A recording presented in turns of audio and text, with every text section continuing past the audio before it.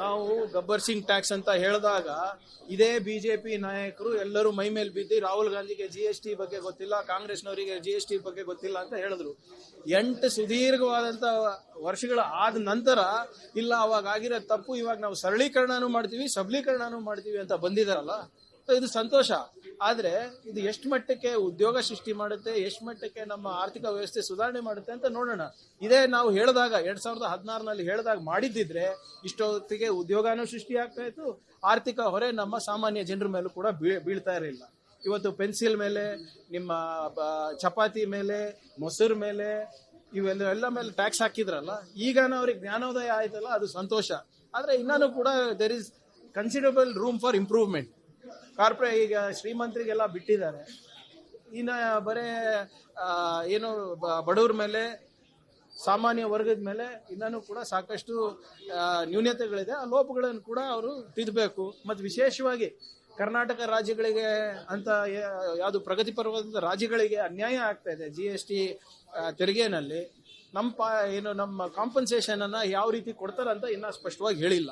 So ಅದನ್ನು ಕೂಡ ಅವರು ಸ್ಪಷ್ಟವಾಗಿ ಹೇಳಿದ್ರೆ ಒಳ್ಳೇದಾಗುತ್ತೆ.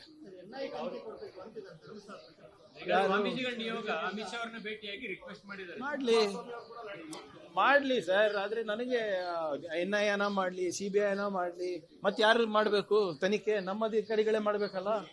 ಅವ್ರ ಸಿಬ್ಬಂದಿಗಳು ಬಂದ್ ಮಾಡ್ತಾರ? ಅಲ್ಲಿ ಕಚೇರಿ ಇಲ್ಲ, ನೀವೇ ಎಲ್ಲ ಕೊಡ್ಬೇಕು. ನಮ್ಮ ಅಧಿಕಾರಿಗಳೇ ಮತ್ತೆ ಹೋಗಿ NIA ಮತ್ತೆ CBI ಯಾಕೆ ಅಲ್ಲಿ ಅವರ ಏನು ಆಂತರಿಕ ಭಿನ್ನಾಭಿಪ್ರಾಯಗಳಿಂದ ಅದು ಯಾಕೆ ಸರ್ಕಾರಕ್ಕೆ ಆಗ್ತಾ ಇದ್ದಾರೆ? ಯಾರು ಶಿಷ್ಯೇಂದ್ರರು, ಯಾರು ಗರಡಿನಲ್ಲಿ ಬೆಳೆದವರು? ನಿಮ್ ಗಿರೀಶ್ ಮಟ್ಟಣ್ಣನವರು BJP ಯುವ ಮೋರ್ಚಾದ ಅಧ್ಯಕ್ಷ, ಮಾಜಿ ಅಧ್ಯಕ್ಷ, BJPಯ ಅಧಿಕೃತವಾದಂತ ಕ್ಯಾಂಡಿಡೇಟ್. B ಫಾರ್ಮ್ ತಗೊಂಡಿದ್ದಾರೆ BJPದು. ಎಲ್ಲಿಗೆ? ಗುರ್ಮಿಟ್ಕಲ್ನಲ್ಲಿ. ಮತ್ತೆ ಎಲ್ಲ ನೀವೇ ಚೂಟದು, ನೀವೇ ತೊಡಲ್ ತೂಗದ.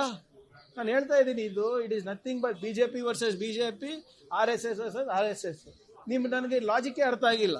BJP ಅವರು ಧರ್ಮಸ್ಥಳ ಚಲೋ ಯಾತ್ರೆ ಯಾರಿಗೋಸ್ಕರ ಮಾಡಿದ್ರು?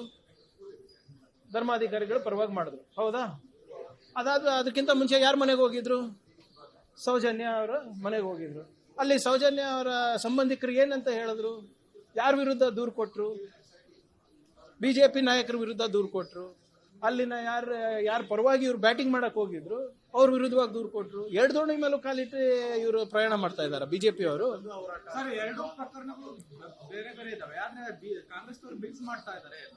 ನಮ್ಗೆ ಏನು ಮಿಕ್ಸ್ ಇಲ್ಲ, ನಮ್ದು ಯಾವುದೇ ಗೊಂದಲ ಇಲ್ಲ ಸರ್. ಅವ್ರಿಗೆ ಕೇಳಿ, ತಾವ್ ಹೇಳ್ತಾ ಇರೋದ್ರಲ್ಲಿ ಏನಾದ್ರೂ ತಪ್ಪಿದ್ಯಾ? ನೀವು ಸೌಜನ್ಯ ಅವ್ರ ಮನೆಗೆ ಹೋದಾಗ CBI ಪ್ರಕರಣ ನೀವು ಮರು ತನಿಖೆ ಮಾಡಿಸ್ಬೇಕು, ಸುಪ್ರೀಂ ಕೋರ್ಟ್ ನಲ್ಲಿ ನೀವು ದಾವೆ ಹಾಕಬೇಕು ಅಂದಾಗ ನಾವು ಸಹಕಾರ ಮಾಡ್ತೀವಿ ಅಂದ್ರೆ ಅವ್ರ ದಾವೆ, ಅವರ ಕಂಪ್ಲೇಂಟ್ ಯಾರ ವಿರುದ್ಧ ಇದೆ? ಇವ್ರು ಯಾರ ಪರವಾಗಿ ವೇದಿಕೆ ಸಜ್ಜು ಮಾಡಿದ್ರು? ಕಾಮನ್ ಸೆನ್ಸ್ ಅಲ್ವಾ ಸರ್ ಇದು? ನಮಗೇನ್ ಮಿಕ್ಸ್ ಆಗಿದೆ ಹೇಳಿ? ಇದು ನಾವು ಸತ್ಯದ ಪರವಾಗಿದ್ದೀವಿ.